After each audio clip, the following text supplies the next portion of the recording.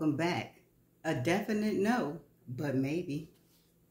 Is that the doorbell? I look over at the clock. It's almost midnight. I'm a little scared because whoever it is, they're pressing that bell over and over like it's some kind of an emergency. I put on my robe, tiptoe across the room, and crack one of the shutters just enough to see a yellow cab in the driveway. All I know is that whoever it is chose me to rescue them. So I run out to the front door and pull the handle hard enough that I almost lose my balance. And standing there, like she's just been evicted, is my daughter, Frankie, in tears. Frankie, baby, what's wrong? Has something terrible happened? Are you okay? I grasp her by the shoulders to make sure she's not hurt, and then lift her chin up so I can see her face and what's in her eyes. I can't tell what, but something has happened, or she wouldn't have just shown up like this. Mom, moving to New York and going to NYU were the two biggest mistakes of my life, and it's taken 2 whole years for me to realize I don't care about the theory and history of cinema, and I'm confused about what the real purpose of my life is. And I also broke up with Hunter because he cheated on me and the girl is pregnant. So I just needed to get as far away from them and him as possible. So I decided to come home and get my head together, and I need a hug. And then she collapsed in my arm. I squeeze her hard and am relieved it's not a life or death situation, even though it feels like one to her. She looks homeless in her fake brown velvet coat and scruffy purple boots. But she's my daughter and a casualty of love and confusion because she's changing her mind about her future. Like mother, like daughter.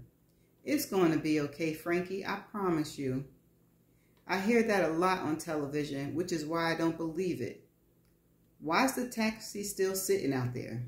Her tears suddenly evaporated. Oh, Mom, could you please let me borrow a credit card to pay for it? I'm over my limit, but I promise I'll pay you back as soon as I get a job. Did she just say as soon as I get a job? I then feel her rocking my left shoulders back and forth. Mom! I look down and see 1, 2, 3 pink and black giraffe suitcase, a navy blue duffel, and 1, 2, 3, 4 boxes. So she really means it. She has come back home without as much as a phone call. I wonder if that's going to change her mind about selling the house. She turns and holds up her index finger to the driver and shakes it like she's got a nervous tic. I reach inside my purse and hand her the American Express. Thanks, she says, and run out to the taxi. I started pulling the luggage inside as she dashes right back. He doesn't take American Express, Visa, MasterCard, or Discover. Her big eyes are onyx, her hair a kinky black halo.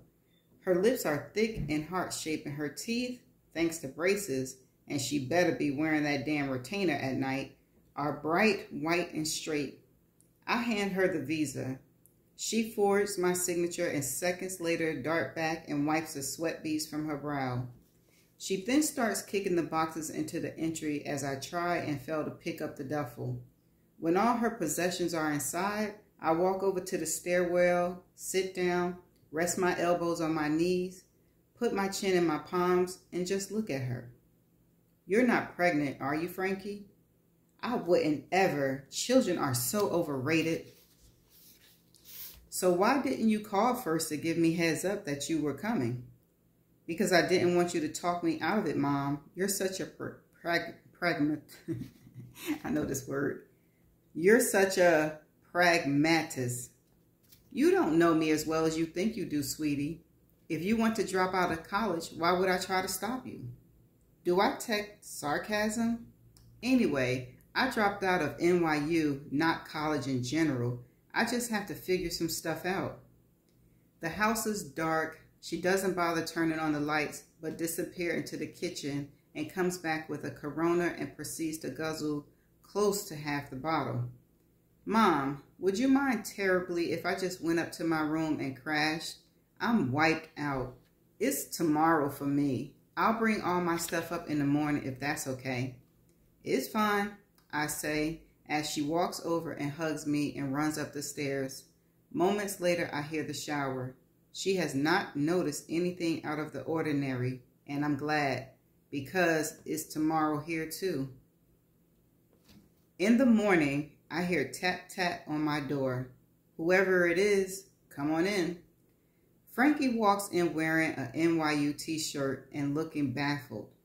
Good morning, Mom, she says, then gives me a hug and collapses at the foot of my bed. Are you painting? Nope. Did I miss something? You passed right by the sign, honey. It's under the evergreen. You mean you're selling our house? I nod. Why? And where are we going to move? And why didn't you tell me? What does Stell think about this? Hold your little ponies, daughter. I told you this summer I was thinking about putting a house on the market, and I did. It's too much space for one person. But I'm here now. That makes two. Plus, please don't sell it, Mom. I grew up in this house.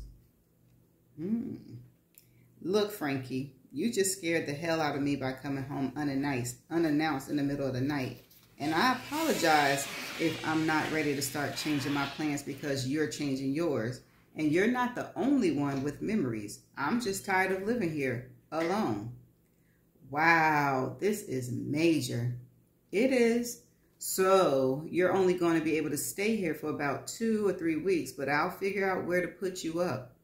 Are you serious? You're kicking me to the curb? Wow, this is too deep for me. I'm leaving too. What? Why? Did somebody already buy it? No, the house is being remodeled or what's called staged, and no one can be here while they're doing it. It could take up to 3 weeks, but even after they finish, the house has to look like a showroom at all times until it sells. You are serious then, huh? And by the way, I've gotten much neater. She looks around like she remembers living here. So where are you going? On a train ride? What? A train ride? For 3 whole weeks? Probably not the entire time. Then I'll just go with you. No, you won't. Why not? Because I want to go alone. And besides, I've already made a reservation and I can't change it. I lie. You mean you want to sleep with strangers on a train or something? Come on, Mom. People get killed on trains. Haven't you read Agatha Christie? This sounds insane to me. I don't think I really need to explain any of this to you, Frankie. Well, that's true, but I'm your daughter, and I've come home lost and confused, distraught and brokenhearted, and all you can say is, hasta la vista? I'm not abandoning you, Frankie. I'll do whatever I can to help you figure some of this out. So, where are you going on this train ride? I'm not sure yet. Then how can you buy a ticket if you don't know where you're going? She is already getting on my nerves, and mine too. Because who she thinks she is? I'm considering a few options. From here to Vancouver, Toronto, Montreal, Niagara Falls. I don't know yet. But to answer your question, it's called a rail pass. College students all over the world do this. I can stop in the city, stay in a hotel for a day or so, then get back on the train. Wow, this sounds so cool. Maybe I can change your mind, but if not, I can probably stay with Estelle and Justin, help with those little munchkins. I don't think that's going to be doable either. Are they moving too? They're thinking of downsizing. Speaking of which, have you heard from your dad lately? No, but I think he's mad at me. I haven't written him in a while. Would it kill you to drop him a line every now and then? He's still your dad, Frankie, and he was a good one. Just because he did something stupid, that doesn't mean you have to punish him when he's already paying for it. She just looks at me as if all this is too much to handle and walks out, not closing the door behind her. I hear her in the kitchen, can smell coffee all the way down here. She's banging pots and pans to get my attention. I tiptoe across the hardwood floor into my bathroom and gently close the door. I turn the faucet on low so it doesn't matter the small waterfall sound. I brush my teeth, leaning on the sink with my palm. What am I going to do about her? I can't just kick her to the curb, as she put it. I hear another tap tap and, Mom, I made a pot of strong coffee, soft-boiled eggs, and toast if you're up to it. My baby girl, she knows what I like. I walk into the kitchen and there's my chocolate daughter, her thick hair piled on top of her head into a ponytail that looks like black cauliflower. She's twirling around slowly on a stool at the island. Did you sleep okay, I asked. As a matter of fact, I didn't, Mom. I think I may have made a mistake just dropping in on you this way. I forget that parents have lives, too, that don't necessarily include us, so I'm sorry.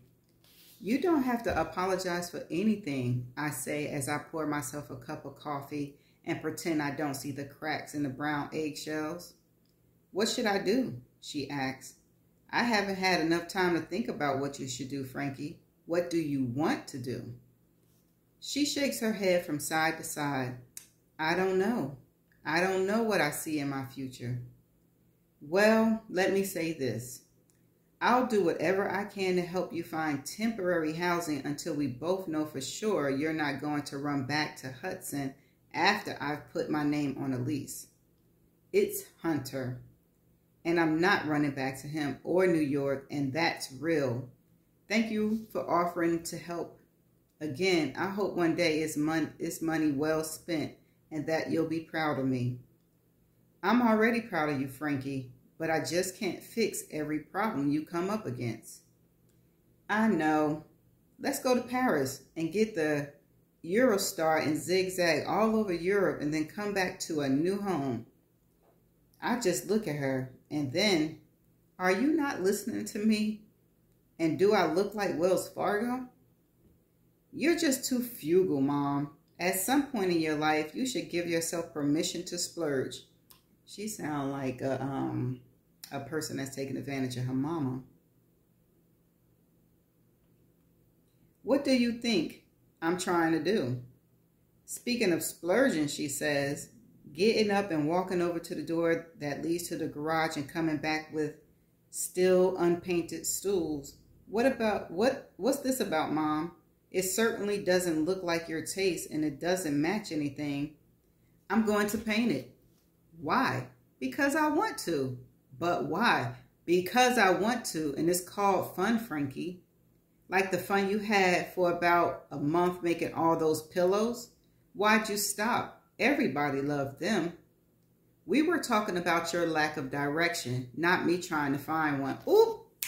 You tell her, Mom, because who she thinks she is trying to deflect? I don't like Frankie right now.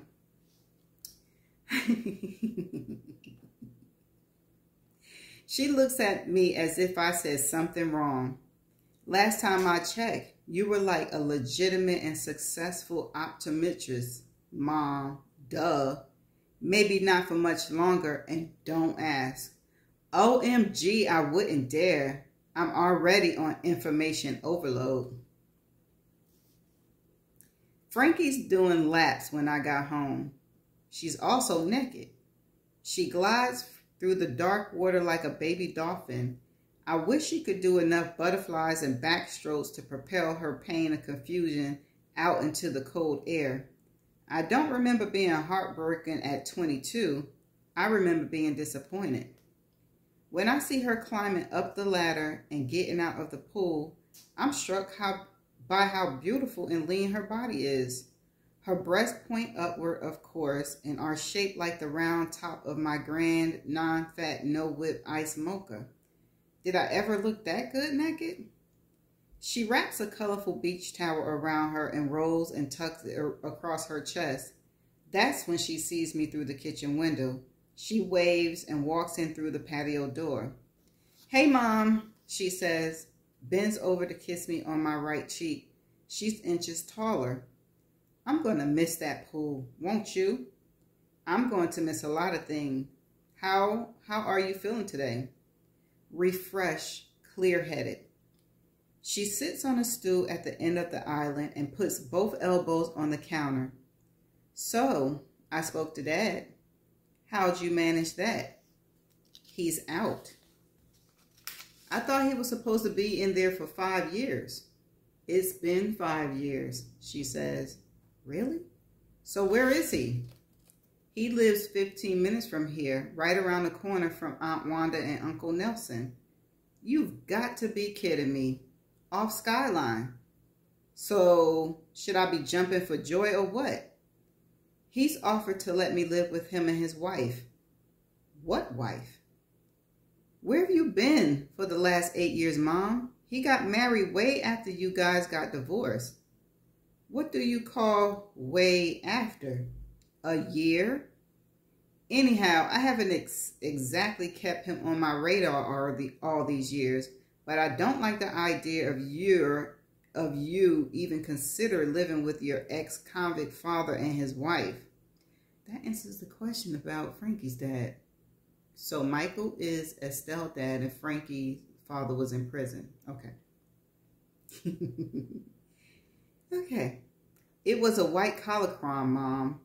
Oh, my bad, I say with intentional hip-hop sarcasm. Just because you don't like him, that doesn't mean I shouldn't. I never suggested that you not like him, Frankie. He's your father. I just thought you hadn't been in touch with him that much. Stell and I figured out a long time ago that it was best not to mention our dads because when we did, your mood always took a nosedive.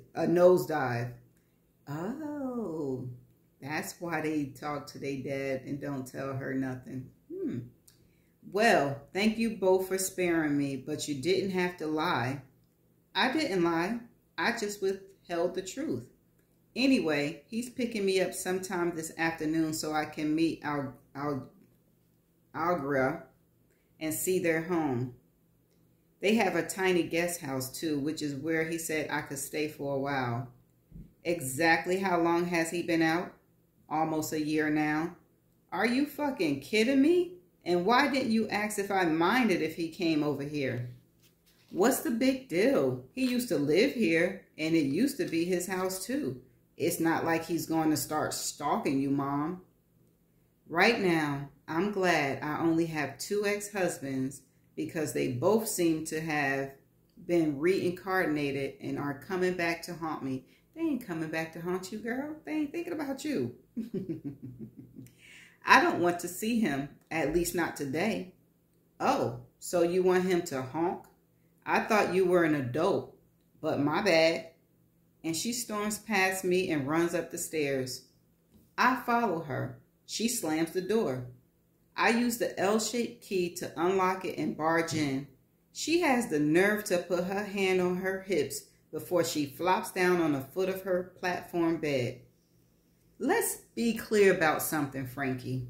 You need to understand that in 2 days, you sprung quite a lot on me, and now you're telling me your dad's out of prison and you might go live with him and his wife? And what? I'm supposed to feel warm and fuzzy? It's not always about you, Frankie.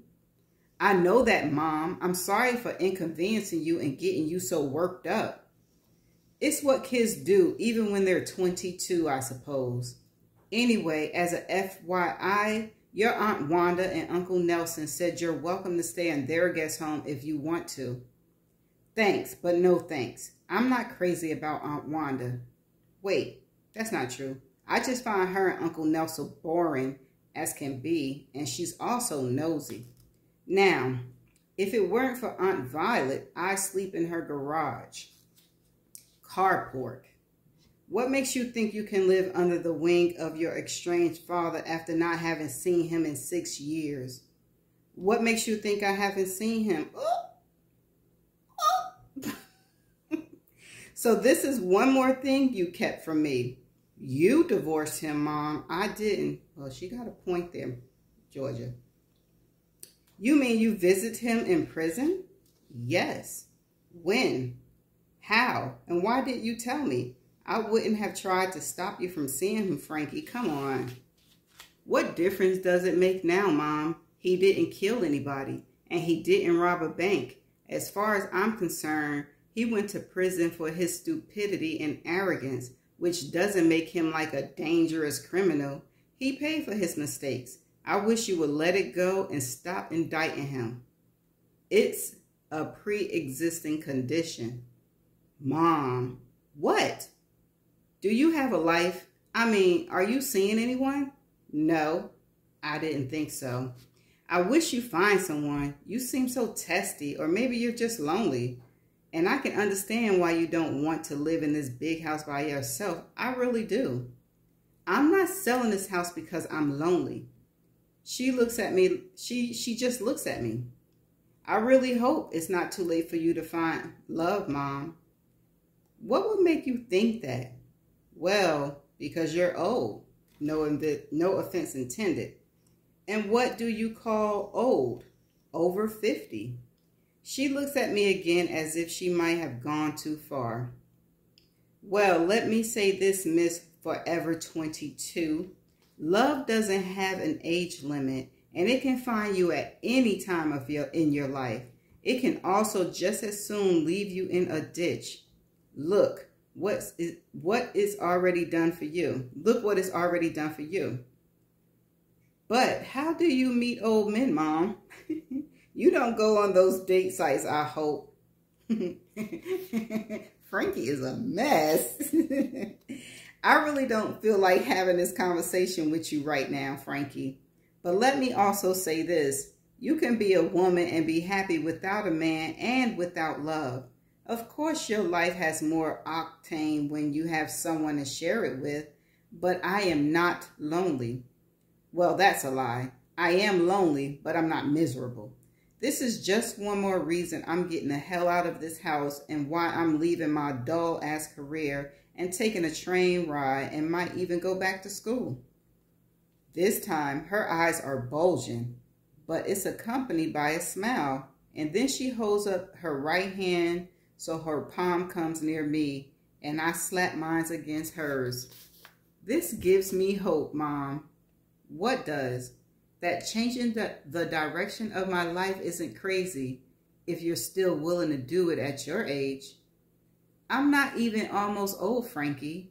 Now, what time is the ex-meteorologist coming to pick you up so I can make sure I'm not here? Come on, Mom. I put my hands on my hips, look out the window, then back at her. Look, I'm deliriously happy for him, Frankie, and I won't run and hide. Maybe we can even catch up. Find out what happened during those lost years. Find out how much fun prison was. What time should we expect Father of the Year?